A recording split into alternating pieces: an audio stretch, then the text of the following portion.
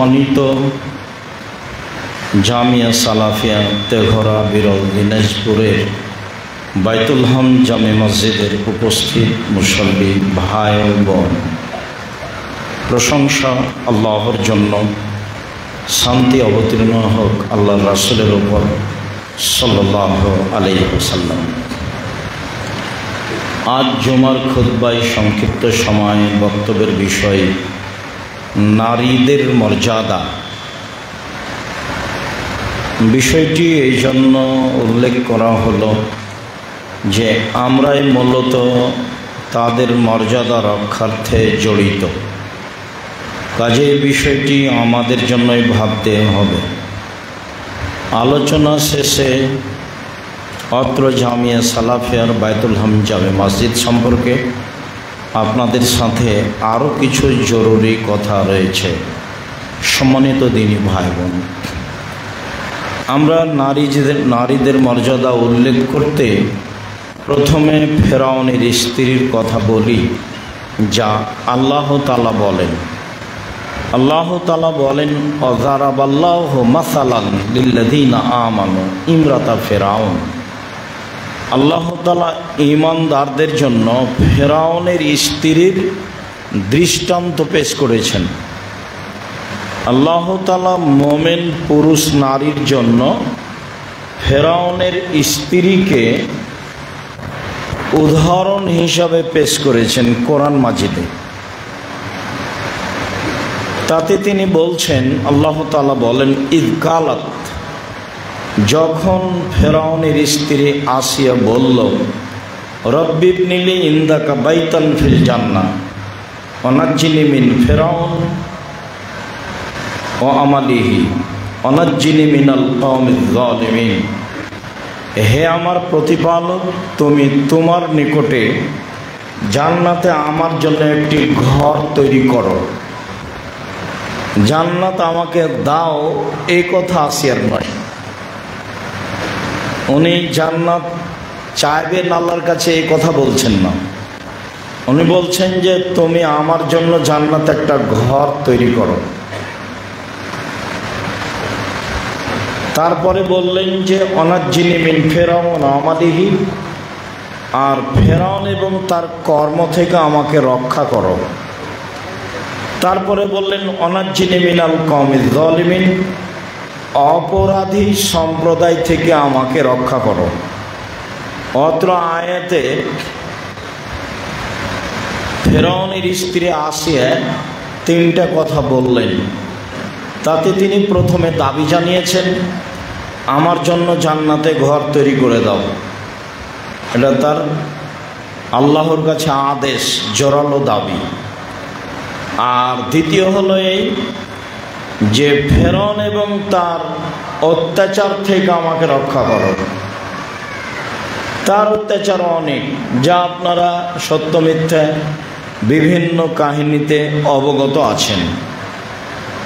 সাথে সাথে তিনি বললেন তার অত্যাচারী সম্প্রদায়, তার মানে নিজে তো অত্যাচারী স্বৈরাচার ছিল, সে তার দলবল জনগণকে নিয়েও জনগণের প্রতি অত্যাচার করত। এ কথা মুসা আলাইহিস সালাম সামনাসামনি বলেছেন।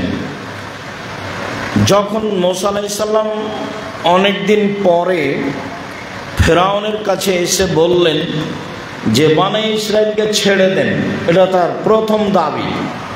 স্বাধীনতা লাগবে, কিছু করতে হলে স্বাধীনতা লাগে।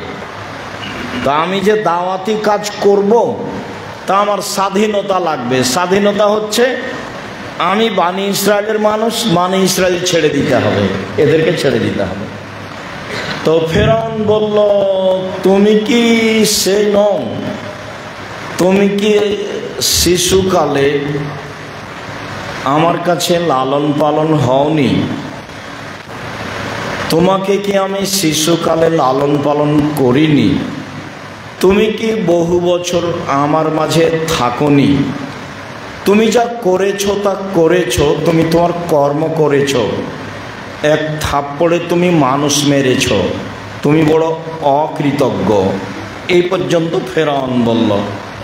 তখন মুসা আলাইহিস সালাম বলছেন, আমি যা করেছি তা করেছি, তখন আমি ভুল পথে ছিলাম, আমি তোমার হত্যার ভয়ে দেশ ছেড়েছি। আমার প্রতিপালক আমার প্রতি দয়া করেছেন, তিনি আমাকে জ্ঞানে গুণে পূর্ণ করেছেন, তিনি আমাকে নবী করেছেন। তুমি আমার প্রতি অনুগ্রহ করেছ, শিশুকালে তুমি লালন পালন করেছ, অনুগ্রহ করে তুমি খোঁটা দিয়েছ, এই সুবাদে তুমি বনী ইসরাইলকে দাস দাসীতে পরিণত করেছ, তুমি বড় উদ্ধত স্বৈরাচার সীমা লঙ্ঘন করেছ। এই পর্যন্ত মুসা আলাইহিস সালাম বললেন, তুমি বড় উদ্ধত স্বৈরাচার সীমা লঙ্ঘন করেছ। আল্লাহ বহু জায়গাতে তার এই কথা বলেছেন।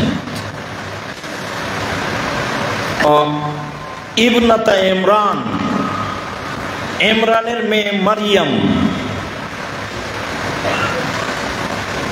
আহসানাত ফারজাহা আল্লাতী আহসানাত ফারজাহা ফানাফাখনা ফীহি মিন রূহিনা। মারিয়াম অশ্লীল কাজে লিপ্ত হয়নি, সে নিজের লজ্জাস্থানকে হেফাজতে রেখেছে। জনগণ যা বলেছে তা ভুল বলেছে, আমি নিজে থেকে তার জরায়ুতে আত্মা ফুঁকে দিয়েছি, তার কারণেই তার সন্তান জন্ম নিয়েছে।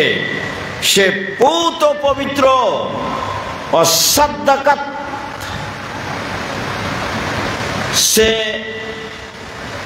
আল্লাহকে বিশ্বাস করেছে, তার কেতাবাদিকে বিশ্বাস করেছে। ওয়াকানাত মিনাল কানিতিন, সে ছিল অনুগতদের একজন। পৃথিবীতে যারা ভালো মানুষ, সর্বোচ্চ ভালো, তার অন্তর্ভুক্ত মারিয়াম। আবু মুসা আশআরী রাদিয়াল্লাহু তাআলা আনহু বলেন, রাসূল সাল্লাল্লাহু আলাইহি সাল্লাম একদা বললেন, কামলা মিনার রিজালি কাসীর ওয়ালাম আকমাল মিনান নিসা ইল্লা সালাসা। বহু মানুষ বড় বড় জান্নাত লাভ করেছে, করবে, তবে মহিলারা তেমন বড় জান্নাত লাভ করবে না, মাত্র তিনজন। এক, আসিয়া ইমরাত ফিরআউন, ফিরআউনের স্ত্রী আসিয়া।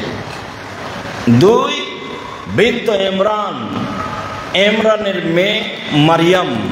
তিন, ফাদলা আয়েশা আলা সাইরিন নিসায়ে কাফাদলি সারিদা আলা সারি তমে। আয়েশার সম্মান পৃথিবীর সকল মহিলার উপরে সারিদ খাদ্যের যেমন মর্যাদা, সকল খাদ্যের উপরে। গোস্তের ঝোলে রুটি ভিজালে তাকে সারিদ বলা হয়।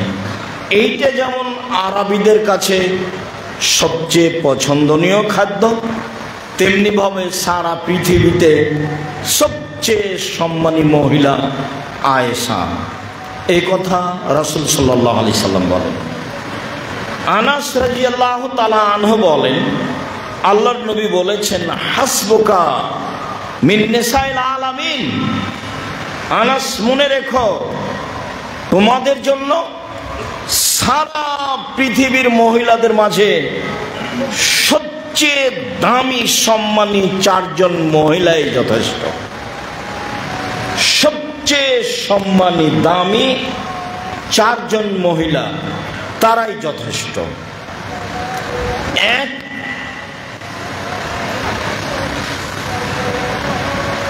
বিনত ইমরান, ইমরানের মেয়ে মারিয়াম। দুই, বিনত খুয়াইলিদ, খাদিজা, খুয়াইলিদের মেয়ে খাদিজা। তিন, বিনত মোহাম্মদ ফাতেমা, ফাতেমা মোহাম্মদের মেয়ে। চার, ইমরাত ফিরআউন, ফিরআউনের স্ত্রী আসিয়া। এই চারজন মহিলা পৃথিবীতে সবচেয়ে সম্মানী। এক, মারিয়াম। দুই, আসিয়া। তিন, খাদিজা। চার, ফাতেমা। অত্র হাদিসে আয়েশা রাদিয়াল্লাহু তাআলা আনহার কথা উল্লেখ হয়নি। এবার আমরা খাদিজা ও আয়েশাকে নিয়ে কথা বলি। আবু হুরায়রা রাদিয়াল্লাহু তাআলা আনহু বলেন, যা জিবরাইল ইলান নবী সাল্লাল্লাহু আলাইহি সাল্লাম, জিবরাইল আল্লাহর নবীর কাছে আসলেন। জিবরাইল এসে বলছেন, জাত খাদিজাত, হাজি খাদিজাত জাত, এই যে খাদিজা আসছে, মাহা এনাউন, তার কাছে একটা পাত্র আছে, ফিয়ে এদামুল তম, তাতে আছে তরকারি, তাতে আছে খাদ্য, তাতে আছে তরকারি, তাতে আছে খাদ্য। ফাইজা আতাত ফাকরা আলাইহা সালাম মিন রাব্বিহা মিন্নি, আমি জিবরাইল বলছি, মুহাম্মদ সাল্লাল্লাহু আলাইহি সাল্লাম শোনেন, আপনার নিকটে খাদিজা পৌঁছে গেলে আপনি বলবেন, খাদিজা তোমার প্রতিপালক আল্লাহ তোমাকে সালাম দিয়েছে। আর আমি জিবরাইল আমার পক্ষ থেকেও খাদিজাকে সালাম রইল, এটা বলে দিবেন। অবাশ্যরহা বিবাইতিন ফিল জান্নাহ, আর একটা জান্নাতে ঘরের কথা বলে দিবেন, মিন কাসাবিন, হীরা মুক্তা মাণিক্য দ্বারা তৈরি, লা সাখাবা ফিহে ওয়ালা কাস, সেখানে নাই কোনো হইচই, নাই কোনো কষ্ট ক্লান্তি, একটা ঘরের কথা বলে দিবেন। কোরআন মাজিদের আয়াতে বোঝা গেল যে আসিয়া আল্লাহকে বলছেন যে আমার জন্য ঘর তৈরি করেন, আর এখানে জিবরাইল আমাদের নবীকে বলছেন যে ওই যে খাদিজা আসছে, আসলে বলবেন আল্লাহ তোমাকে সালাম দিয়েছে, আসলে বলবেন জিবরাইল তোমাকে সালাম দিয়েছেন, আসলে বলবেন খাদিজা জিবরাইল বলল আল্লাহ তোমার জন্য একটা ঘর নির্মাণ করেছেন হীরা মুক্তা মাণিক্য দিয়ে, তাতে কোনো হইচই হই হুল্লোড় নেই, তাতে কোনো কষ্ট ক্লান্তি নেই, এই কথা বলে দিবেন। হাদিস বুখারী মুসলিম।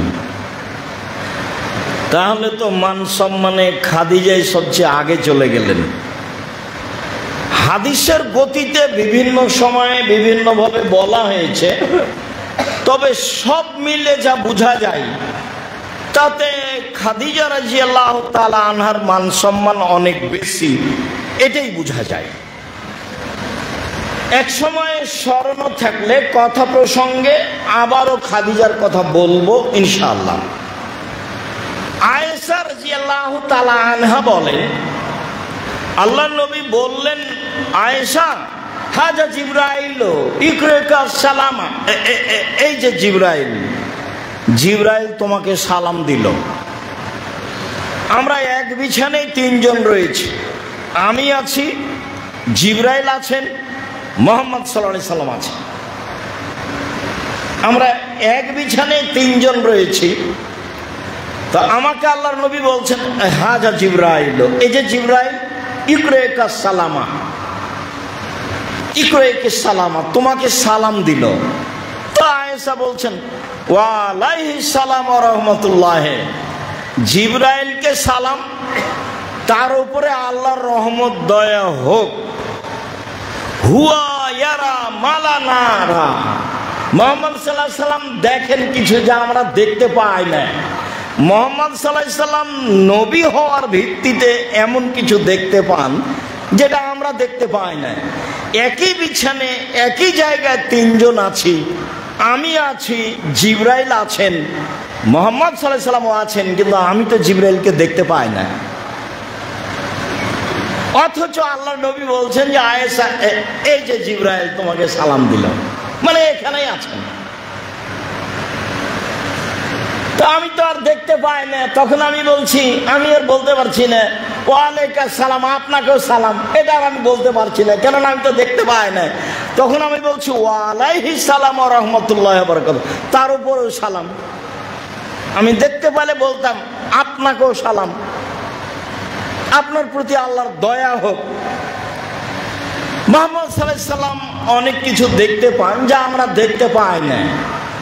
স্বামী স্ত্রী, তবে স্বামী হচ্ছেন নবী আর স্ত্রী হচ্ছেন মানুষ সাধারণ। যত বড়ই সম্মানী হোক না কেন, আল্লাহ কোনো মানুষের সাথে কথা বলেন না, নবীর সাথে কথা বলেন সরাসরি নয়, জিবরাইল ব্যতীত। তবে মুসাকে কালিমুল্লাহ বলা হয়, মুসা আল্লাহর সাথে কথা বলেছেন, তবু একেবারে সামনাসামনি দেখে এটা নয়। তার মানে এই চক্ষু আল্লাহকে দেখতে পারবে না, এটা অসম্ভব। আল্লাহ বলছেন মাবে আমিনেকা ইয়া মুসা, মুসা তোমার হাতে কি? আল্লাহ বলছেন ওই হে আশা, এটা আমার লাঠি, এটা দিয়ে কি করো? এটা দিয়ে আমি যখন সামনে কোনো ড্রেন নালা পড়ে তখন হেলান দিয়ে লাফ দিয়ে পার হয়ে যায়। রাখাল মানুষ তো যা হয় তাই। এখন আপনারা কোনোদিন মাঠে গরু ছাগল চড়াচ্ছেন কি না তাহলে ভালো মনে পড়বে, যেহেতু ছাগলের রাখাল তাই তিনি বলছেন এই লাঠিতে হেলান দিয়ে ড্রেন নালা লাফ দিয়ে পার হয়ে যায়।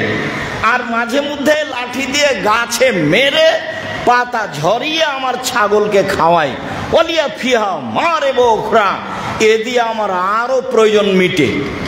তার মানে উনি যে নবী এইটা উনি বুঝতে পারতেন পরিস্থিতি। এই লাঠিকে তিনি যা প্রয়োজন মনে করতেন তাতে ব্যবহার করতে পারতেন। যদি মনে করেন যে এখন পানির প্রয়োজন, তাহলে একটু পুঁতে দিলেই নলকূপের মতো পানি আসবে। ওলিয়া ফিহা মারে বোখরা। সম্মানিত দিনী ভাই বোন, আমরা বলছিলাম নারীদের মর্যাদা।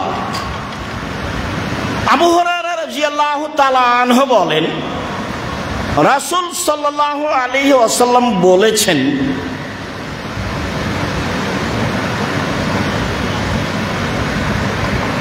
নিসাউ কুরাইশ রাকেবনাল এবেলা, কুরাইশদের মহিলারা, কুরাইশ বংশের মহিলারা, মক্কার মহিলারা যারা উটের উপরে উঠে, সলেহ নিসাইল কুরাইশ, কুরাইশের মহিলারা সবচেয়ে ভালো, কুরাইশ বংশের মহিলারা সবচেয়ে ভালো। কেন?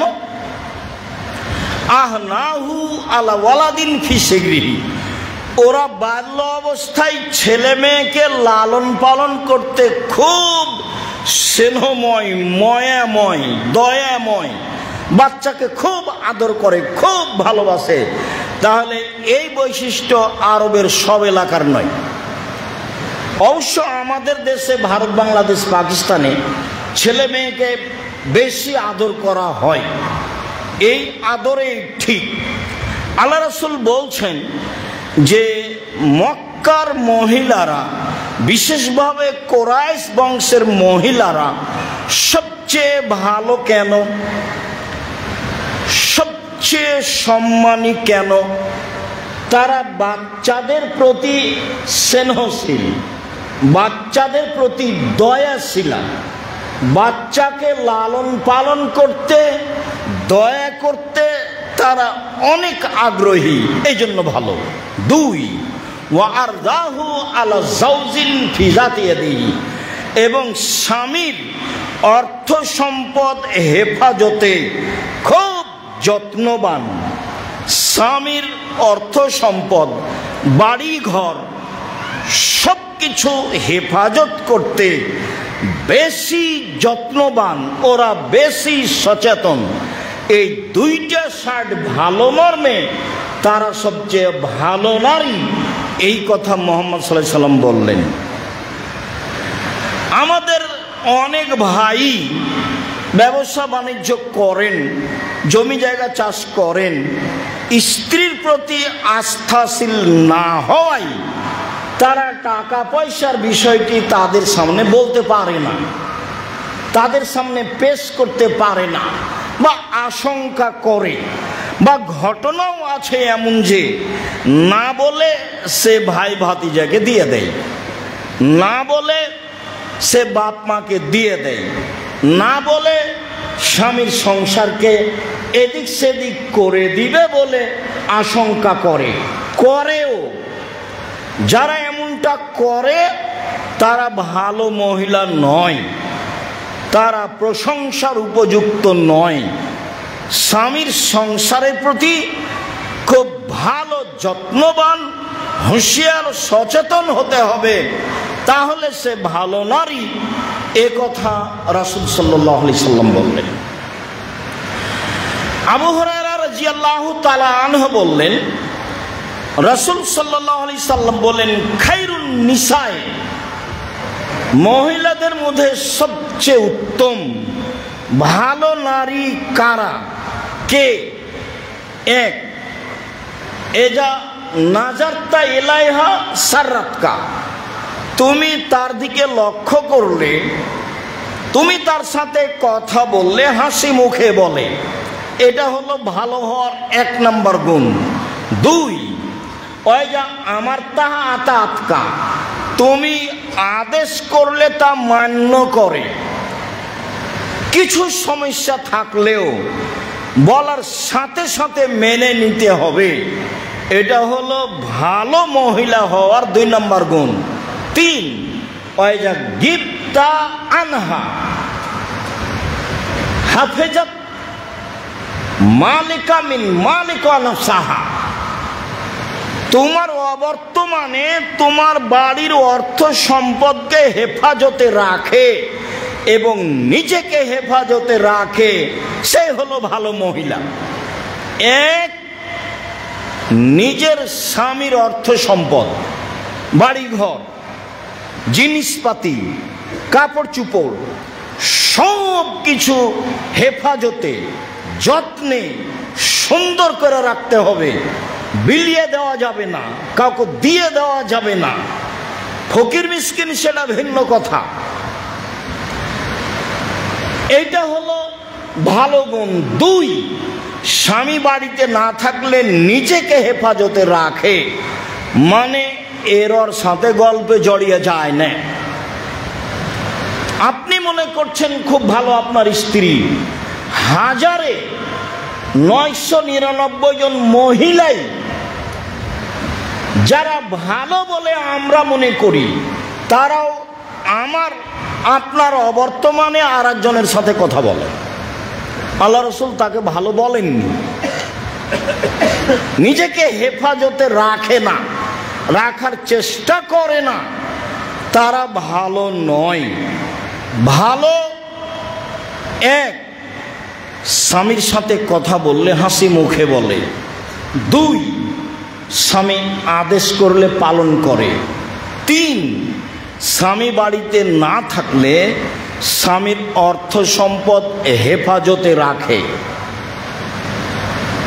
4, স্বামী বাড়িতে না থাকলে নিজেকে হেফাজতে রাখে। এ কথা মুহাম্মদ সাল্লাল্লাহু আলাইহি সাল্লাম বলেন ভালো নারীর গুণ বর্ণনা করতে গিয়ে। আবু হুরায়রা রাদিয়াল্লাহু তাআলা আনহু বলেন, রাসূল সাল্লাল্লাহু আলাইহি সাল্লাম বলেছেন, খায়রুন নিসায়ে, সবচেয়ে ভালো নারী, সবচেয়ে ভালো নারী। 1, আল ওদুদ, স্বামীর সাথে প্রেম প্রীতি ভালোবাসায় যে সব সময় আগ্রহী, সব সময় প্রস্তুত। আল ওদুদ, স্বামীর সাথে প্রেম প্রীতি ভালোবাসায় সুলভ আচরণে সব সময় প্রস্তুত, যে মুখ খারাপ নয়, যার মুখ ভারী করে না, যে কথা বন্ধ রাখে না, যে সে হলো সবচেয়ে ভালো। 1, 2, আল ওলুদ, বেশি সন্তান দিতে পারে, যে এতে আমি আর আপনি পিছে পড়ে গেছি, ওর দোষ দিয়ে লাভ নেই। কে যে আপনার মাথায় ভূত চাপালো, আপনারা 10-12 ভাই বোন সবাই মানুষ হয়ে গেলেন, আপনার মা 16 জন মানুষের ভাত রান্না করতো ঢেঁকিতে ধান ভেঙে, আর যাতায় আটা পিসে। তারপরে তো মেহমান ছিল মসজিদ থেকে 2 জন ধরে নিয়ে এসেছে রাত 10টায়। সব আপনার ভালোভাবে মনে আছে, সব আপনার মা করে মেহমানকে খাওয়িয়ে দিন কাটিয়ে দুনিয়া থেকে চলে গেলেন। আর আপনার স্ত্রী বা কি বুঝালো, আপনি বা কি বুঝলেন? মাদ্রাসা লাইনে যেসব ছেলে মেয়ে পড়ে, যেমন কাল না কখন রেজাল্ট হয়েছে, তো কিছু কিছু ছেলে আমার সামনে গল্প করছে যে ওস্তাদজি আমাদের অমুক গোল্ডেন পেয়েছে, অমুক প্লাস পেয়েছে। তা আমি বলছি আমি তো রেজাল্ট শুনি না, আমি এরকম রেজাল্ট পছন্দ করি না। কেন? রেজাল্ট যখন ভালো হয়েছে বলে বাপ মা মনে করেছে, বলে খালা খালু মনে করেছে, বলে নানা নানি মনে করেছে, বলে চাচা চাচি মনে করেছে, তখন তারা সিদ্ধান্ত পরিবর্তন করেছে। তারা ছেলের মাকে বলেছে যে তাহলে টেঘরা মাদ্রাসায় পড়িয়ে কি হবে, অত ভালো রেজাল্ট, অত ভালো রেজাল্ট, ছেলেটাকে ওখানে রাখলো কি যে বুঝলো, ছেলেটাকে একটু দিনাজপুর সরকারি কলেজে ভর্তি করলো না, ছেলেটা মানুষ হতো, কত কি হতো। তবে এখন আর কি বলতে পারি, মানুষ যদি হয় তাহলে 3টে পথ: 1 চোর, 2 প্রতারক, 3 লেবারের ম্যানেজার। যদি খুব মেধাবী হয় তাহলে কিভাবে? যদি ইঞ্জিনিয়ার হয় তাহলে চুরি করবে জাতির টাকা, ব্যতিক্রম 2-1টা তুলে রাখেন। আর যদি ডাক্তার হয় তাহলে প্রতারক হবে, যে কোম্পানি তাকে টাকা দিয়েছে তারই নামে তারই প্রেসক্রিপশন লিখবে, এটা তো আপনার চোখের সামনে। 3 যদি খুব মেধাবী হয়ে বিদেশে থেকে যায় তাহলে ওকে বিদেশিরা বড় পদ দিবে না, দিবে যারা পায়খানা করে তাদের ম্যানেজারি। ম্যানেজারি 3 লাখ টাকা বেতন, তখন দেখো সুবহানাল্লাহ, তো বাংলাদেশের কোনো চাকরিতে 3 লাখ বেতন নাই, তো আমি যারা পায়খানা পরিষ্কার করে তাদের ম্যানেজার হলে কি হবে? টাকার তো সমস্যা নেই। এটাই হিসাব। ব্যতিক্রম নিয়ে কথা ভেঙে দেওয়ার চেষ্টা করবেন না। ব্যতিক্রম ব্যতিক্রমী। আপনার বয়স এখন 80 বছর, আপনি তেঘরার মানুষ, দিনাজপুরের মানুষ, বিগত 80 বছরকে চ্যালেঞ্জ করলাম আমি। আপনার চোখে দিনাজপুরের খুব মেধাবী ছেলে, মেধাবী মেয়ে জাতির কি করেছে সেটা বলেন, সেটা আমার সামনে বলবেন। আমার খুব কষ্ট পাই। আব্দুল মুকাদ্দম নিয়ে গেল আমার কান দেখানোর জন্য এখানে এক ডাক্তারের কাছে। সে কান বিশেষজ্ঞ, বড় ডাক্তার। বললো খুব অসুবিধে, কি যে হয়, কিছু বললো, ঔষধ দিল। ঢাকার বড় ডাক্তার, কান বিশেষজ্ঞ, বলল যে কি যে হয়, অসুবিধা খুব বেশি। রাজশাহীর বড় ডাক্তার বলল মনে হচ্ছে পর্দা ফেটে গেছে, অনেক কিছু বলল। বিরক্ত হলাম। কলকাতা গেলাম প্রোগ্রামে, নেমে বলছে এই ছেলেরা শোনো মেডিকেলে যাব। তো গেলাম, ডাক্তারকে বললাম যে দেখেন, তো ডাক্তার একটু দেখেই মুখটা সরিয়ে নিল। আমি বললাম হাজরাত যারা মেহরবানি করকে দোবারা দেখতে, যদি আপনি আর একটু ভালো করে কানটা দেখতেন, মানে ওর দেখা আমাকে ভালো লাগেনি। তখন হেসে উঠেছে, হেসে উঠে বলছে 2 দাওয়া লিখ দিয়া, 2টা ওষুধ লিখে দিয়েছি, জিন্দগি মে কভি नहीं होगा, এটা ভালো হয়ে যাবে, কিয়ামত পর্যন্ত কোনোদিন হবে না। अगर हो भी जाए तो दूसरे के इस्तेमाल करना पहले को नहीं। তাহলে দ্বিতীয়টা ব্যবহার করিও, প্রথমটা নয়। 3 দিন পরে ভালো হয়ে গেছে। এখানে 1.5 বছর 2 বছরের কথা। আমি প্রশংসা করিনি কারো, বদনামও করিনি কারো, আমার নিজস্ব বাস্তব কথা বলছি। সম্মানিত দিনী ভাই, কোথা থেকে কথা বলছিলাম? ছেলে মানুষ করতে হবে জাতির জন্য, ছেলে মানুষ করতে হবে পরকালের জন্য, ছেলে মানুষ করতে হবে নিজের জন্য। যেটা আপনাকে আমি দিন রাত বলছি। আমার মনে বড় সাধ, এই দেশের মাটিতে আমি উন্নত মানের প্রতিষ্ঠান গড়বই ইনশাআল্লাহ, যেখানে ছেলে মেয়ে বাংলা ইংরেজি আরবি উন্নত মানের শিক্ষা অর্জন করে জাতির অন্যায়ের বিরুদ্ধে লড়বে, মুখে কলমে মিডিয়ায় লড়বে ইনশাআল্লাহ। মাঠে আছি মুখে, মাঠে আছি কলমে, মাঠে আছি মিডিয়ায়, আরো শক্তভাবে থাকবো সময়ের গতিতে ইনশাআল্লাহ।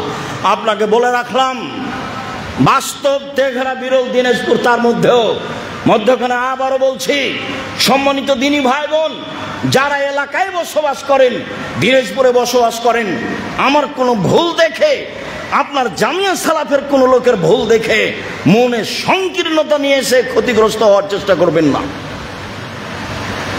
আমি জাতির ক্ষতি করি না, 10 পয়সার ক্ষতি করি না, আমি কাজে সফল হবই হব ইনশাআল্লাহ। আপনার সংকীর্ণতা আসলে এই সংকীর্ণতার বোঝা বহন করতে করতে আপনার মরণ হয়ে যাবে, আপনি কিছুই করতে পারবেন না। আমার চোখে দেখা বাস্তব। 2013 সালের 24 আগস্ট রোজ মঙ্গলবার সকাল 11টার সময় বলেছিলাম জামিয়া সালাফিয়া হাঁটাবো, বীর হাঁটাবো রূপগঞ্জ, নারায়ণগঞ্জ, ঢাকায়। আমার হাতে টাকা নেই, এই কথা সত্য। এখানে প্রতিষ্ঠান গড়বে, এই কথা সত্য। ইনশাল্লাহ গড়বে। এখন প্রতিষ্ঠানটি প্রায় 100 বিঘা জমির উপর অবস্থান করে, প্রায় 100 বিঘা পূর্বাচলে। তার মানে আপনার ভিতরে যদি প্রতারণা না থাকে, আপনি কাজে সফল হবেন ইনশাল্লাহ, দেরিতে হোক। আপনার কথা বললেই হবে তা তো নাও হতে পারে। ইয়াকুব আলাইহিস সালামের ছেলে ইউসুফ আলাইহিস সালাম হারিয়ে গেলেন, দুইজনের নবী, বাপও নবী বেটাও নবী। 25 বছর লেগেছে ছেলেকে ফেরত পেতে। 25 বছর দিন রাত কান্নাকাটি করছেন বাপ, বেটাও কান্নাকাটি করছে, দুইজনই নবী। 25 বছর সময় লাগে। তা আমি আপনি এত ব্যস্ত হয়ে গেলাম কেন? ছেলেকে জাতির উদ্দেশ্যেই মানুষ করতে হবে, এই কথাই ঠিক। পরকালের লক্ষ্যেই ছেলেকে মানুষ করতে হবে, এই কথাই ঠিক। নইলে ফলাফলে আসবে চাঁপাই নবাবগঞ্জের ভাষায় আমও যাবে, ছালাও যাবে, কাঁদতে কাঁদতে 2 চোখও যাবে। বস্তা গেছে, আমও গেছে, সবই হারাচ্ছে, যা আপনি দেখতে পাচ্ছেন।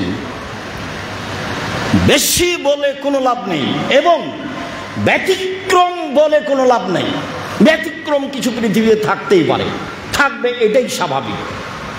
যেহেতু মানুষ, ব্যতিক্রম কিছু থাকবেই। এক, স্বামীর সাথে প্রেমময় ভালোবাসায় আগ্রহী যারা, তারা সবচেয়ে ভালো মহিলা। 2, বেশি সন্তান দিতে পারে যারা, তারা সবচেয়ে ভালো মহিলা। 3, অল মুআতিয়াত, স্বামীর বিপদে ব্যথায় সমবেদনায় ব্যস্ত, সমবেদনায় বেদনা ভোগ করে যে সে। স্বামীর সুবিধা অসুবিধায় সবাই সময় থাকতে হবে। 3, অল মুআসিয়াত, প্রয়োজনে স্বামীকে সান্ত্বনা দিতে হবে। সমাজের সাথে জড়িত, ব্যবসার সাথে জড়িত, দুর্ঘটনা ঘটতে পারে, ব্যবসায় কোনো দুর্ঘটনা ঘটতে পারে, সামাজিকভাবে দুর্ঘটনা ঘটতে পারে। স্ত্রী পাল্টা বলবে, হয়েছে তোমার, ঠিক হয়েছে তোমার, ঠিক হয়েছে, তোমাকে কত বললাম তুমি যায় না, তুমি তুমি গেলে, তুমি আমার কথা শুনলে, তুমি এই করলে, তুমি সেই করলে, তুমি আমার বাপের টাকাটি নষ্ট করলে, তুমি কত কি করলে, একবারে কি যে করলো। আপনার যা বিপদ এসেছিল 10 গুণ বাড়িয়ে দিল। তাহলে এ ভালো মহিলা নয়। দেখবেন এই কথাটি বলতে চেয়েছিলাম এখানে। এবার শোনেন, আল্লাহ রাসূল বলছেন গারে হিরাই হঠাৎ করে ভিন্ন আকৃতির মানুষ এসে বলছে, চেপে ধরে নিয়ে বলছে ইকরা, আপনি পড়েন। বলছে আমি পড়তে জানি না। আবার বলছেন ইকরা, আমি পড়তে জানি না, আমি তো অক্ষরই চিনি না, আমি পড়বো কি? বলে পড়েন, আমি পড়তে জানি না। চেপে ধরে বলছেন ইকরা বিসমি রাব্বিকাল্লাযী খালাক, খালাকাল ইনসানা মিন আলাক। যা হলো হলো। দৌড়িয়ে বাড়িতে এসে বলছে খাদিজা, আরে আমাকে কম্বল দিয়ে জড়িয়ে ধরো, খাসি তো আলা নাফসি, আমি মনে হয় মারা যাব, আমার হয়েছে, আমি আর বাঁচবো না। মানে কত বিপদগ্রস্ত হয়েছেন তিনি, অথচ সবাই তাকে ভালো বলেন। উনি নিজেও ভালো বুঝতে পারেন যে আমি ভালো, আমি মনে হয় মারা যাব। তো স্ত্রী বলছেন, এবার স্ত্রী বলছেন, মহিলা মানুষ আপনি, যারা আমার সামনে আছেন, যারা অনলাইনের মাধ্যমে পৃথিবীর যে কোনো প্রান্ত থেকে অবগত হচ্ছেন, যারা সময়ের গতিতে অবগত হবেন, আমি সকল দিনী বোনকে বলছি, দেখেন খাদিজা বলছেন কাল্লা, কখনো নহে, অসম্ভব, এটা হতে পারে না, আপনার মনন হবে না, আপনি বিপদগ্রস্ত হবেন না। ওয়াল্লাহে মা ইউজিকাল্লাহ, আল্লাহর কসম, আল্লাহ আপনাকে অপমান করবেন না, আল্লাহর কসম আল্লাহ আপনাকে অপমান করবেন না। কেন? 1, তাসেলুর রাহেমা, আত্মীয়র সাথে সদাচরণ করেন। 2, তাহমিলুল কাল্লা, অসহায় মানুষের জিম্মেদারি নেন। 3 তাকসিবুল মাদুমা, নিঃস্ব মানুষকে সহযোগিতা করেন। 4 তাকরিজ জাইফা, মেহমানকে খেতে দেন। 5 যারা বিপদগ্রস্ত তাদের সহযোগিতা করেন। 4টা কথা একসাথে বললেন, অসম্ভব, আল্লাহর কসম আল্লাহ আপনাকে অপমান করবেন না এই 4টা কারণে। আরে আপনি তো ভালো মানুষ, আপনি এসব কাজ করেন। 1 আত্মীয়র সাথে ভালো আচরণ করেন। 2 অসহায় মানুষের জিম্মেদারি নেন। 3 নিঃস্ব মানুষকে সহযোগিতা করেন। 4 মেহমানি করেন, মেহমান দেখে ভয় পাবেন না। মেহমান তো ভাগ্নে ভাগ্নি, বোন এসেছে, 4-5টা ছেলে মেয়ে, আপনার স্ত্রীর মাথায় খারাপ, না আপনার মাও বিপদে, কার দিকে যায় এতগুলো ছেলে মেয়ে? তো যে ছেলের বউ একটু নরম সেদিকে যায়, যা হবে হবে ওইদিকে যায়। আপনি এটা খুব ভালো জানেন, অথচ আপনাকে বলেছি, আপনি আমার আম্মাকে বলে দিবেন, আম্মা দুলা ভাই আমার কাছে খাবে, বোনেরা আমার কাছে খাবে, ভাগ্নে আমার কাছে খাবে, ভাগ্নি আমার কাছে খাবে, আমার আব্বার 10 বন্ধু যত ছিল যারা আসবে তারা আমার কাছে খাবে। এই কথা আপনি বলবেন আপনার মাকে, আপনার মায়ের মনটা বড় হয়ে যাবে। আপনার মায়ে বলবে, আল্লাহ তোমার ভালো করুক বেটা, আল্লাহ তোমার ভালো করুক, আল্লাহ তোমার ব্যবসা বাণিজ্যে বরকত নিরাপত্তা দান করুক। আপনার মা এমনিতেই বলবে। খেতে দেওয়ার পরে আপনি কথাটা বলেন না, কেন আপনি মাথা খারাপ করলেন? আপনার স্ত্রী কেন মাথা খারাপ করলো? ভুল বুঝছে। সবচেয়ে ভালো নারী 1 স্বামীর সাথে প্রেম বিনিময়ে ভালোবাসায় আগ্রহী যে। 2 বেশি সন্তান দিতে পারে যে। 3 স্বামীর সাথে সমব্যথায় বেদনা ব্যথা ভোগ করে যে। 4 স্বামীকে বিপদ আপদে সান্ত্বনা দেয় যে। এই যে খাদিজা রাদিয়াল্লাহু তাআলা আনহা, একটু আরেক মিনিট দেখবেন। হুদায়বিয়ার যুদ্ধ, ফিরে যেতে হবে, মক্কায় যাওয়া যাবে না, কঠিন অবস্থা, সিগনেচার করে দিয়েছি, মক্কায় ঢুকবো না, সামনে বছর ঢুকে 3 দিন থাকবো, খুব গরম। ওমর বলছেন, কি ব্যাপার, আপনি সত্য নবী নন? হ্যাঁ আমি সত্য নবী। ইসলাম সত্য ধর্ম নয়? বলে হ্যাঁ ইসলাম সত্য ধর্ম। কোরআন সত্য কেতাব নয়? হ্যাঁ সত্য কেতাব। আপনি বলেননি যে কাবায় ঢুকবো? হ্যাঁ বলেছি কাবা ঘরে ঢুকবো, তবে এবছরই ঢুকবো, এ কথা বলিনি। অথচ কাবা ঘরের পাশে চলে গেছে, একবারে নিকটে, 1.5-2 কিলোমিটার আছে। এখন নিরুপায় হ্যাঁ আবু বকর সিদ্দিকে গিয়ে বলছেন, কি ব্যাপার, মোহাম্মদ সত্য নবী নয়? হ্যাঁ সত্য নবী। ইসলাম সত্য ধর্মী নয়, সত্য ধর্ম নয়? হ্যাঁ ইসলাম সত্য ধর্ম। কেন? মোহাম্মদ সাল্লাল্লাহু আলাইহি ওয়াসাল্লাম বলেননি যে কাবা ঘরে ঢুকবো? হ্যাঁ বলেছেন, তবে এবছরই ঢুকবো, এই কথা বলেননি। একবারে 2 জনের কথা হুবহু, একটা অক্ষর কমবেশ নেই, অথচ একজন আর একজনের সামনে নন। যে ভাষা বলেছেন মোহাম্মদ সাল্লাল্লাহু আলাইহি ওয়াসাল্লাম, সেই ভাষা বলেছেন আবু বকর সিদ্দিক রাদিয়াল্লাহু তাআলা। তাহলে ফিরে যাওয়া কঠিন। তো বলছে, শোনো সবাই গরু জবাই করো, কুরবানি করে দাও, এখানে মাথা নেড়ে করে দাও, এখানে কেউ যাচ্ছে না। আল্লাহ রাসূল বলছেন তোমরা কুরবানি করো, কেউ কুরবানি করছে না। কেমনে ফিরে যায়? কাবা ঘরের পাশে এসে ফিরে যাব মানে মরবো, ফিরে যাব না, সবারই একই কথা। তো এখন উম্মু সালমাকে গিয়ে বলছেন, উম্মু সালমা স্ত্রী, বুদ্ধিমতী নারী, কি করা যায় উম্মু সালমা? চিন্তা করেন কেন, নিজের কুরবানিটা আগে নিজেই করেন না, দেখা যাক কি হয়। এবার আল্লাহ রাসূল নিজে কুরবানি করে দিলেন, সব ধীরে গিয়ে নিজের কুরবানি নিজে করতে লাগলো। উম্মু সালমা বলছেন, স্বামীকে হতাশাগ্রস্ত নিরাশাগ্রস্ত করা হবে না, আর এভাবে উল্টা চলা হবে না। সম্মানিত দিনী ভাই বোন, সম্মানী নারী যা রাসূল সাল্লাল্লাহু আলাইহি ওয়াসাল্লাম বলেন, আল্লাহুম্মা সাল্লি আলাইহি আল্লাহুম্মা বারিক।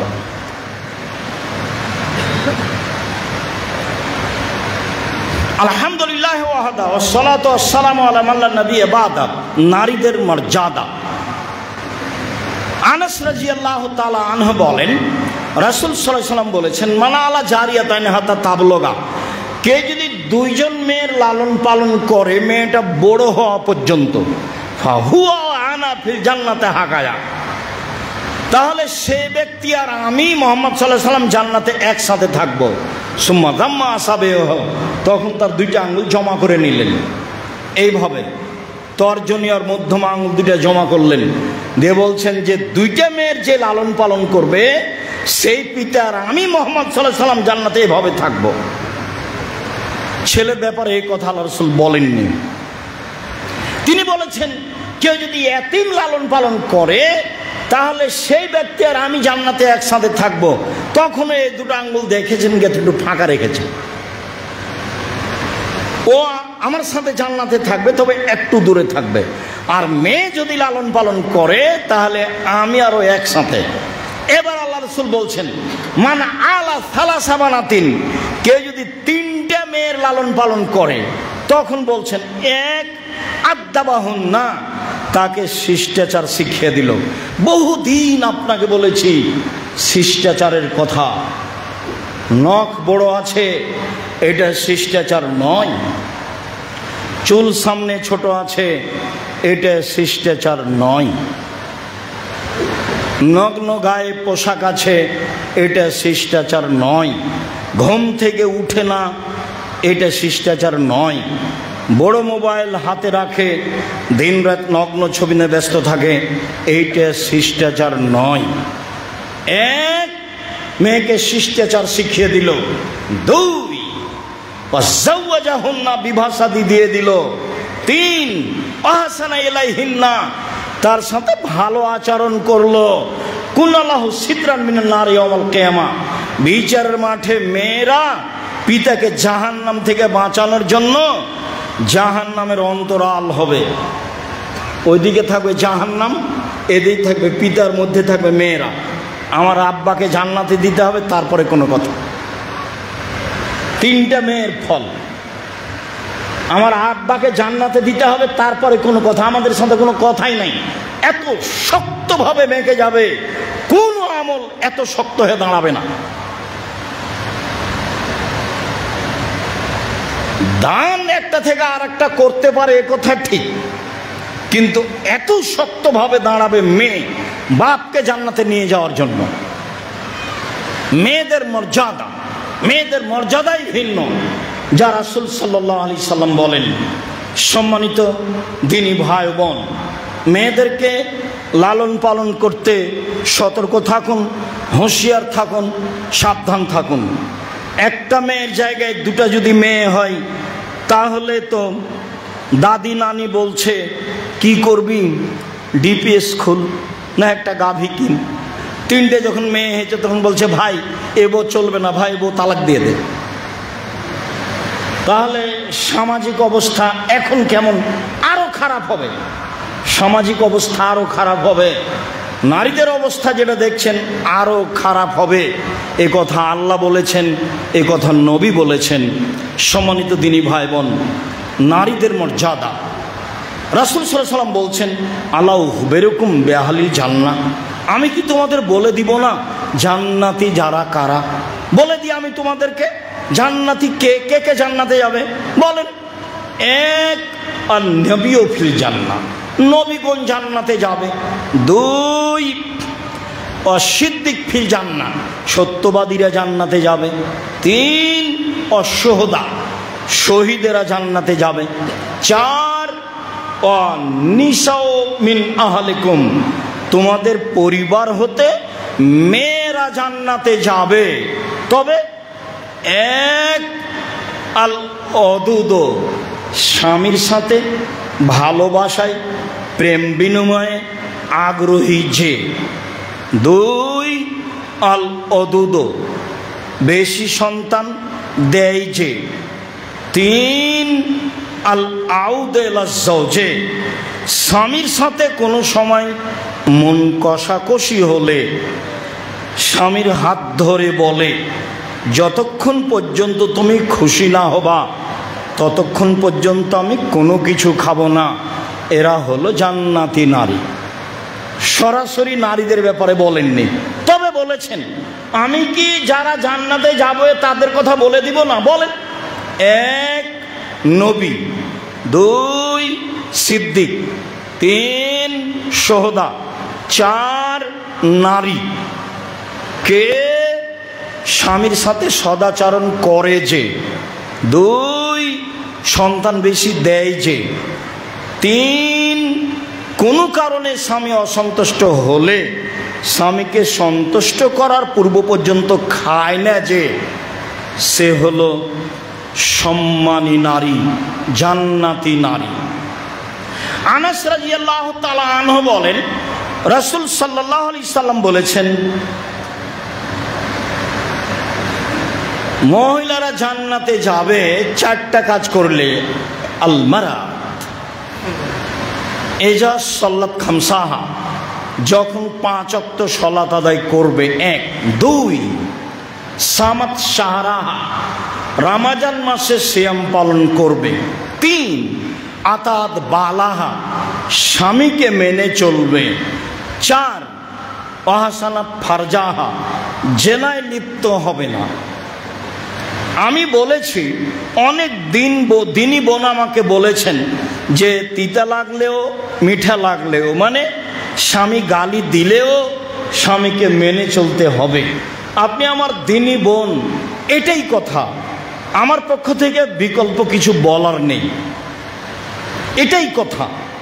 আপনার স্বামীর মুখ খারাপ হলেও আপনার স্বামীর সাথে আপনাকে ভালো আচরণ করতে হবে, এটাই ঠিক। নারীদের জন্য জীবনের 2টা জিনিস কল্যাণ ডেকে নিয়ে আসবে। সেটা হলো 1 প্রতিশোধ না নেওয়া, প্রতিবাদ না করা, আর অভিমান না করা। 2টা কাজ। প্রতিবাদ করবেন না, যা বলছে বলুক, চুপ থাকেন, শরীর কেটে যাবে না। মুখ বন্ধ রাখেন, ভালো হবে। যা বলছে বলুক, প্রতিবাদ নেই। তুমি এই কথা বললে কেন, তুমি এই কাজ করলে কেন, প্রতিবাদই নেই। আমার জীবনে 2টা ত্যাগ, চেষ্টা চালিয়ে যাচ্ছি জাতির সামনে অনেক দিন থেকে। 1 মানুষের প্রতিশোধ নিব না, যে যা পারবে সে তা করে নেক, এটা আমার জীবনের ত্যাগ। 2 মানুষের বদনাম করব না, মানুষের পিছে পড়তে রাজি নয়। এই 2টা আমার জীবনে খুব ত্যাগ। যে কোনো মূল্যে এই 2টাকে ধরে রাখার আমি প্রাণপণে চেষ্টা করছি। প্রতিশোধ নিব না। 2 মানুষের পিছনে পড়ব না, বদনাম করব না, যা বলবে বলুক। আপনি মহিলা মানুষ, প্রতিবাদ করিয়েন না। 1 2 অভিমান করিয়েন না। অভিমান করলেই পূর্ণ না হলে শয়তান আপনাকে একবার পাগলি বানিয়ে ছাড়বে। অভিমান কি? কাছেই ছিল স্বপ্নপুরী, সবাই যায়, সারা দেশ থেকে দেখতে আসে, তুমি আমাকে একদিন নিয়ে গেলে না, এর নামে অভিমান। এর রমজানে তুমি এই দিলে না, সেই দিলে না, তারই নামে অভিমান। পূরণ না হলে সারা রাত শয়তান আপনার পিছনে লেগে থাকবে। দেখলে তোমার স্বামী তো তোমার অভিমান পূর্ণ করলো না, গত রমজানে তো করনি, তুমি এটা বলেছিলে, সেটা তো করেনি, আপনার মনে নেই, শয়তান সব স্মরণ করাবে। 20 বছর আগে যেটা স্বামী করেনি সেটাও শয়তান স্মরণ করাবে, পারেও দিয়ে ভোর হতে দেখবেন হতে হতে আপনি একবার পাগলি হয়ে গেছেন। তারপরে আপনি সকালে উঠে বলছেন, যাও তোমার সাথে সংসারই করবো না, আমাকে ছেড়ে দে, তুই আমাকে ছেড়ে দে, আমাকে তুই ছেড়ে দে, 1 দিনও থাকবো না, 1 ঘন্টা থাকবো না, একবারই এইভাবেই বলছে। তো বেগুতি দেখে যখন বলেছে যা তোকে ছেড়ে দিলাম, তালাক, যেমন 3 তালাক হয়েছে তেমন বলছে যে ইন্না লিল্লাহ, ও শয়তান চলে গেছে। যখন তালাক বলা হয়ে গেছে তো সকল চলে গেছে, এখন 2 জনই ফ্রি। এবার 3টে ছেলে মেয়ে, যে কি করা যায়?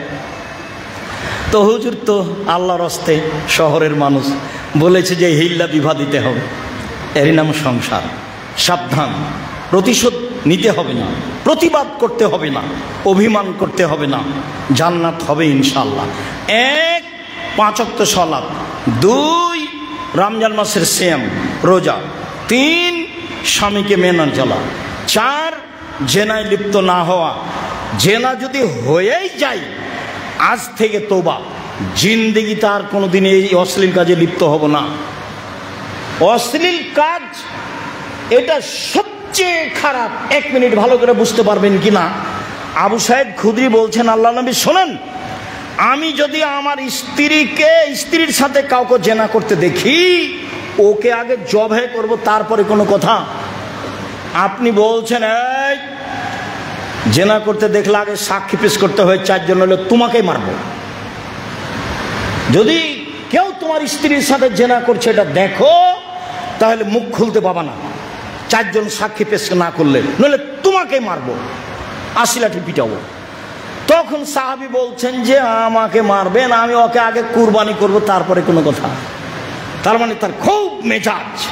তখন আল্লাহ রাসূল বলছেন, দেখছো তোমরা আবু সাইদের আত্মমর্যাদা, স্ত্রীর জেনা আত্মমর্যাদায় আঘাত করেছে। আরে শোনো, জেনার কারণে স্বামীর আত্মমর্যাদায় যত জোরে আঘাত করেছে, আমার আত্মমর্যাদায় জেনার কারণে তার চেয়ে বেশি আঘাত করেছে। আমার আত্মমর্যাদায় যত আঘাত করেছে, আল্লাহর আত্মমর্যাদায় তার চেয়ে বেশি আঘাত করেছে। আমি তো তোমার জন্য স্ত্রী রেখেছি, 1টা করো, 2টা করো, 3টা করো, 4টা করো, তুমি জেনা করলে কেন? তুমি জেনা করলে কেন? আরে আবু সাইদের আত্মমর্যাদায় যত আঘাত লেগেছে, জেনা এত খারাপ কাজ, আমার আত্মমর্যাদায় তার চেয়ে অনেক অনেক গুণ বেশি আঘাত লেগেছে। আমার আত্মমর্যাদায় যত আঘাত লেগেছে, আল্লাহর আত্মমর্যাদায় তার চেয়ে বেশি আঘাত লেগেছে, তার নাম জেনা। অন্য পাপ পাপ এরকম নয়, অন্য পাপ পাপ এরকম নয়। খুব সাবধান সম্মানিত দিনী ভাই বোন। রাসূল সাল্লাল্লাহু আলাইহি সাল্লামকে বলা হলো নারীরা আমাদের উপরে কি হক রাখে। তাহলে রাসূল বললেন, যে মানের কাপড় পরো সে মানের পরাবা। 2, যেভাবে খাও সেভাবে খাওয়াবা।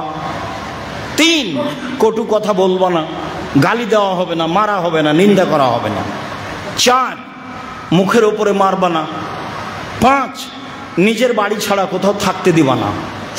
আত্মীয় স্বজনের বাড়ি গেলে সাথে যাবেন, সাথে সাথে নিয়ে আসবেন। শ্বশুরের বাড়ি গেলেও সাথে যাবেন, নিয়ে আসবেন। যদি আপনি সময় না পান, তাহলে যাকে আপনি বলছেন, আপনার ভাইকে, আপনার ভাতিজাকে, আপনার বোনের ছেলেকে, ভাইয়ের ছেলেকে, যে তোমার মামিকে নিয়ে যাও, তোমার খালাকে নিয়ে যাও, বিকালে নিয়ে আসবা, ওখানে থাকা হবে না। এই 5টা জিম্মেদারি আপনাকে পালন করতে হবে। আল্লাহ রাসূল বলছেন, লা ইয়াফরাকু মুমিনুন মুমিনাতান, কোন পুরুষ যেন কোন স্ত্রীকে নিন্দা না করে, মন কষাকষি না করে, গালি না দেয়। কেন?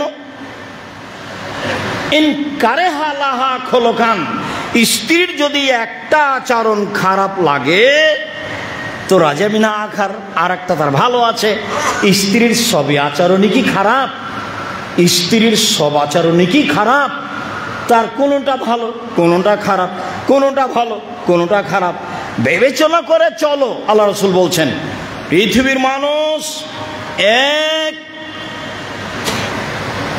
ফাত্তাকুল্লাহ ফিন নিসায়ে, মহিলাদের ব্যাপারে আল্লাহকে ভয় করো। ফাইন্নাকা আখাযতুমুহুন্না বিআমানিল্লাহি, আল্লাহর আমানতদারিতে তাকে নিয়ে এসেছো, ও এখন আল্লাহর আমানতে আছে। গালি দিলে, আল্লাহর আমানত নষ্ট করলে, নিন্দা করলে, আল্লাহর আমানতকে নষ্ট করলে, খাটো করলে, অপমান করলে, আল্লাহর আমানতকে নষ্ট করলে। ওয়াস্তাহলালতুম বিফুরুজিহিন্না বিকালিমাতিল্লাহি, আল্লাহর আদেশে স্ত্রীর সাথে মিলন বৈধ করেছো, আল্লাহর আদেশে স্ত্রীর সাথে মিলন বৈধ করেছো। আল্লাহর আদেশ কি? মেয়েকে বিবাহ করো তার বাপকে বলে টাকা দিয়ে, এটা আল্লাহর আদেশ। মেয়েকে বিবাহ করো তার বাপকে বলে টাকা দিয়ে, মোহর দিয়ে। মেয়েকে বিবাহ করো তার পিতাকে বলে টাকা দিয়ে, তার অভিভাবককে বলে টাকা দিয়ে, মোহর দিয়ে। এটা হলো আল্লাহর আদেশ। অতএব ওয়ালাহুন্না আলাইকা রিজকুহুন্না কিসাওতাহুন্না, তার খাওয়ার জিম্মেদারি তুমি, তার খাওয়ার জিম্মেদার তুমি, তার পোশাকের জিম্মেদার তুমি, তার খাওয়ার জিম্মেদার তুমি, তার পোশাকের জিম্মেদার তুমি। হাদিস বুখারী মুসলিম। বিদায় হজের সময় রাসূল সাল্লাল্লাহু আলাইহি ওয়াসাল্লাম এই কথা বললেন। সম্মানিত দিনী ভাই বোন, স্ত্রীকে মাঠে ঘাটে, স্কুল কলেজে, চাকরি বাকরিতে না দিয়ে বাড়িতে নিরাপদে রাখার চেষ্টা করবেন। ও নিজে কন্ট্রোলে থাকবে, হেফাজতে নিরাপদে থাকবে। আহাল পরিবার হেফাজতে থাকবে, নিরাপদে থাকবে। বিস্তারিত দেখার জন্য উপদেশ বই নারীদের মর্যাদা পড়ার জন্য অনুরোধ জানাচ্ছি। সাথে সাথে জামিয়া সালাফের যত বই পুস্তক আছে সবগুলি পড়ার জন্য, জানার জন্য অনুরোধ জানাচ্ছি। বাইতুল হাম জামে মসজিদ, জামিয়া সালাফিয়ার তেঘরা, বিরল, দিনাজপুর। সম্মানিত দিনী ভাই বোন, জামিয়া সালাফের বাইতুল হাম জামে মসজিদ এত তাড়াতাড়ি এভাবে গড়ে উঠবে তা আমি মনে করিনি। আমি ভেবেছিলাম 4 তলা বিল্ডিংটা যেদিন 5 তলা হয়ে যাবে, সময় সাপেক্ষে 2-3 বছর পরে একদিন গড়ব।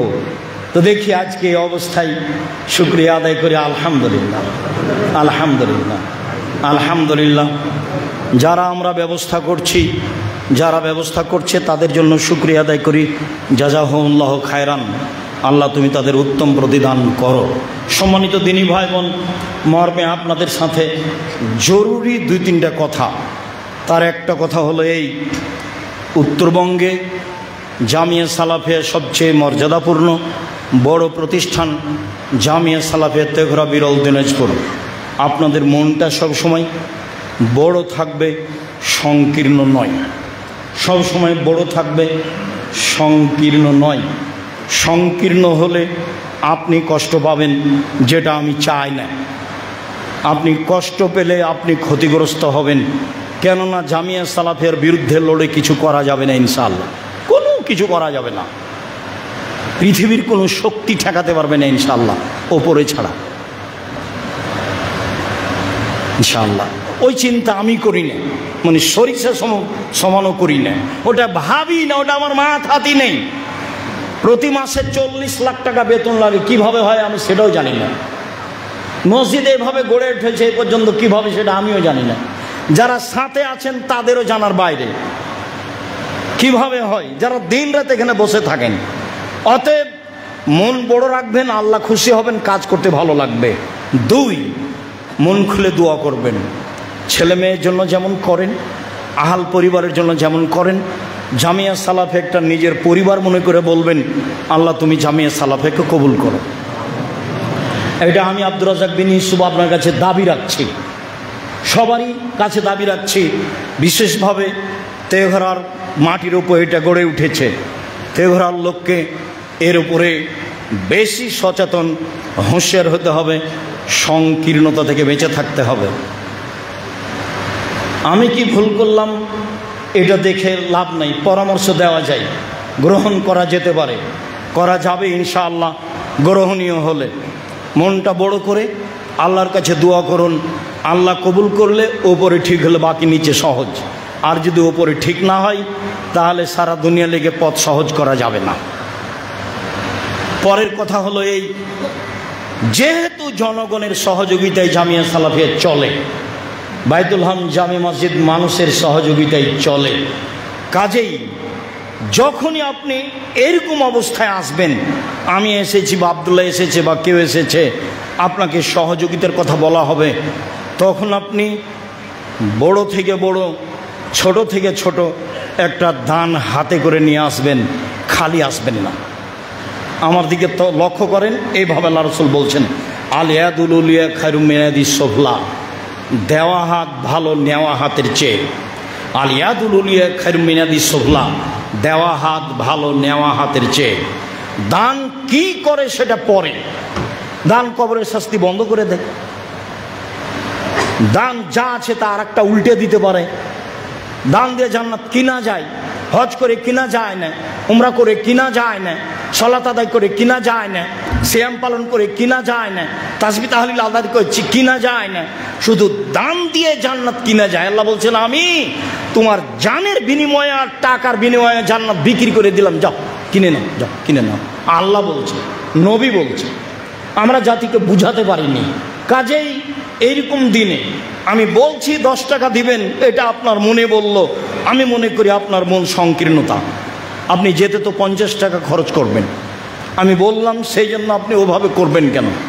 আপনার মনটা যেভাবে খুশি হবে সেভাবে আপনি করবেন। আমি আপনাকে বলেছি, পতিতালয়ের মহিলা যদি কুকুরকে পানি পান করে জান্নাত পেতে পারে, জামিয়া সালাফে তেঘরা, বিরল, দিনাজপুরে এই প্রতিষ্ঠানে কোনো কিছু দান করলে সে জান্নাত পাবে ইনশাআল্লাহ। শিরক মুক্ত প্রতিষ্ঠান জামিয়া সালাফিয়া, বিদআত মুক্ত প্রতিষ্ঠান জামিয়া সালাফিয়া, দল মুক্ত প্রতিষ্ঠান জামিয়া সালাফিয়া, সংগঠন মুক্ত প্রতিষ্ঠান জামিয়া সালাফিয়া, হিংসা মুক্ত প্রতিষ্ঠান জামিয়া সালাফিয়া। হিংসার বালা মুসিবত নেই। শিক্ষক বসে অফিসে কারোর বিরুদ্ধে কথা বলতে পারবে না। আমি যদি অবগত হই তাহলে তাকে প্রতিষ্ঠান ছেড়ে দিতে হবে। হিংসা দিয়ে চলে না, দল দিয়ে চলে না, সংগঠন দিয়ে চলে না। একমাত্র শিরক মুক্ত অবস্থায়, বিদআত মুক্ত অবস্থায় আল্লাহকে সন্তুষ্ট করার জন্য 5 টাকা 10 টাকা একটা কয়েন হলেও হাতে করে আসবেন। আপনাকে যেন আপনার দান বেকায়দায় না ফেলে, এটা আপনি মনে রাখবেন।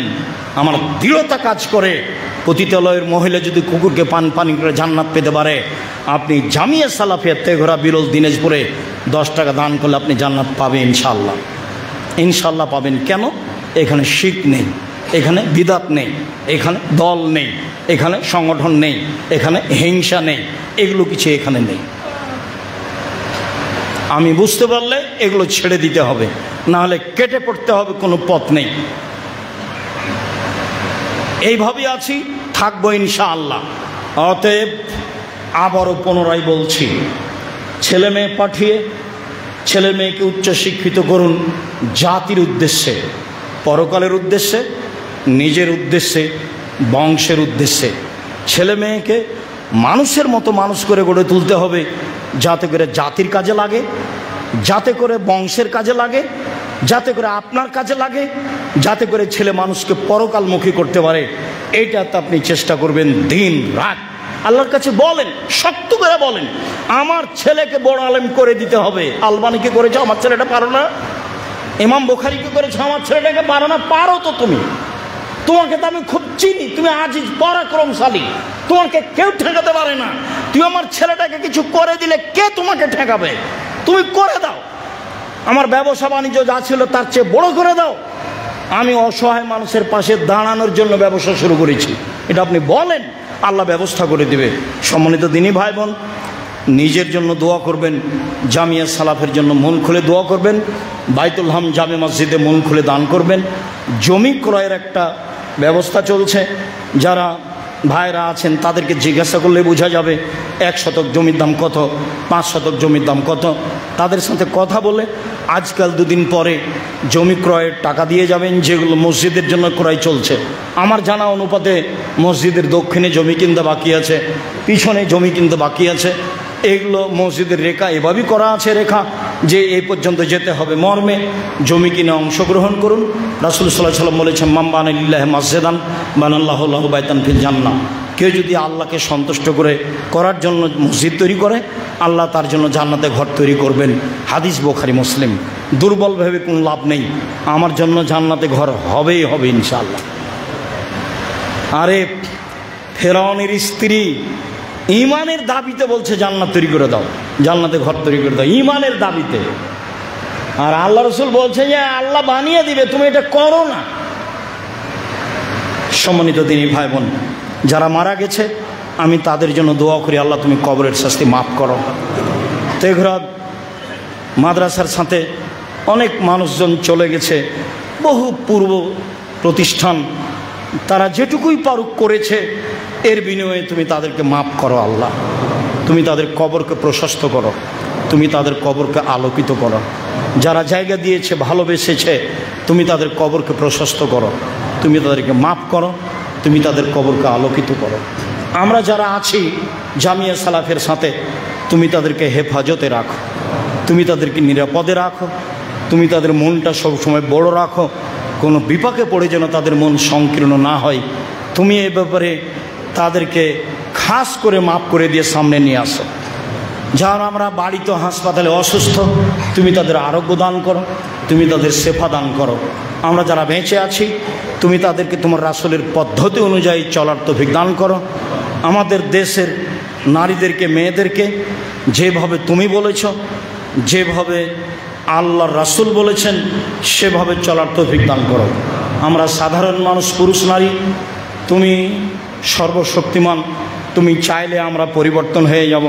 তুমি চাও, এই দাবি তোমার কাছে রেখে সব কিছুর কল্যাণ তোমার কাছে কামনা করে, জামিয়া সালাফের সার্বিক কল্যাণ তোমার কাছে কামনা করে আজকের জুমার খুতবা এখানেই শেষ করলাম।